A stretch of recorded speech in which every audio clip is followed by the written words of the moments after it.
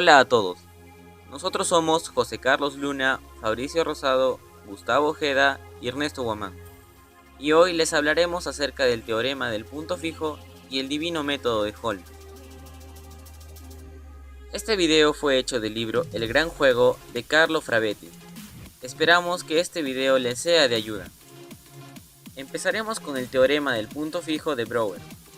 Este teorema afirma que si una función f verifica ciertas propiedades, entonces existe un punto x0 tal que f de x0 es igual a x0, es decir, un punto fijo de la función.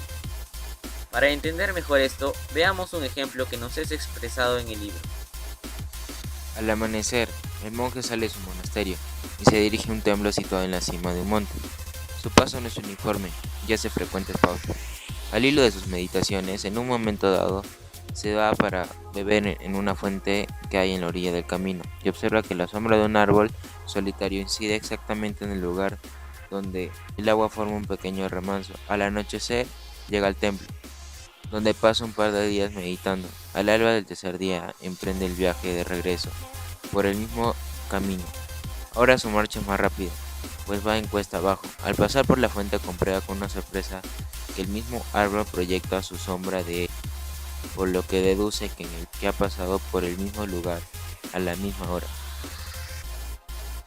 Al principio le parece una extraordinaria coincidencia, pero tras reflexionar unos minutos sobre el tema, llega a la conclusión que era inevitable que hubiese un punto del camino por el que pasara a la misma hora del viaje de ida y de vuelta, pese a haberlos efectuado a distintas velocidades, jalonándolos con pausas arbitrarias.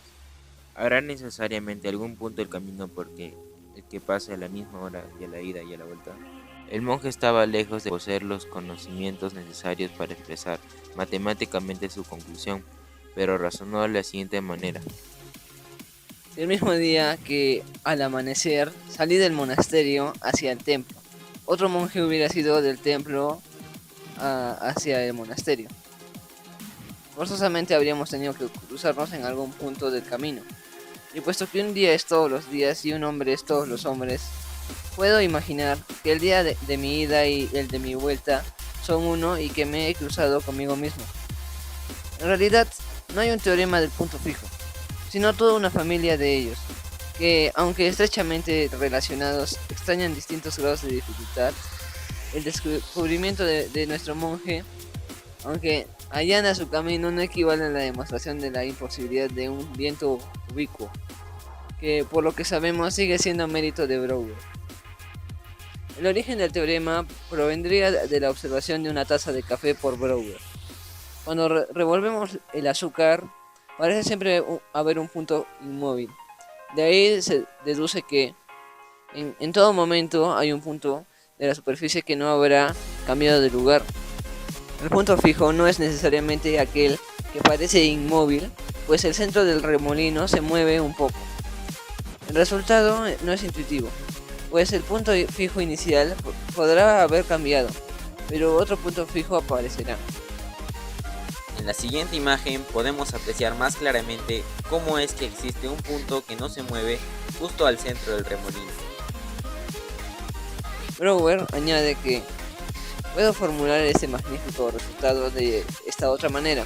Tomo una hoja de papel y la extiendo, luego otra hoja de papel idéntica que primero arrugo y después aliso aplanándola sobre la primera.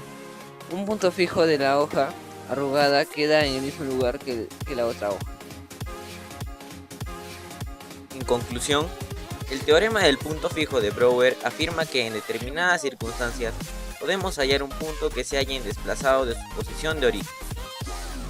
Ahora hablaremos sobre el divino método deductivo de Holmes, el cual abarca el tema de probabilidad. El detective más famoso del mundo es sin duda alguna Sherlock Holmes, el personaje creado por Conan Doyle, el cual su frase más representativa es la de elemental, querido Watson, a pesar de que nunca haya mencionado esto en ninguno de los libros. Ahora bien, ¿qué es lo elemental, según Holmes? Lo elemental es la forma en que llega a sus conclusiones, su método deductivo. ¿Y en qué consiste su método? El autor lo dice expresamente en uno de sus libros. Cuando han sido descartadas todas las explicaciones imposibles, la que queda, por inverosímil que parezca, tiene que ser la verdadera.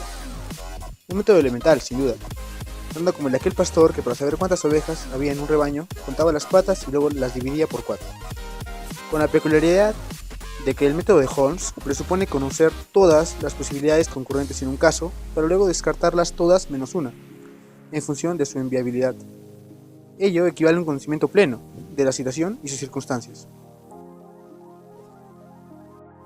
Siguiendo este método, podemos asegurarnos llegar a una conclusión que tiene la mayor probabilidad de ser verdadera. El método de Holmes recuerda la paradoja de ejemplo, más conocida como la paradoja del cuervo, que se puede resumir así. La afirmación "todos los cuervos son negros" resulta confirmada cada vez que examinamos un cuervo y comprobamos que es negro.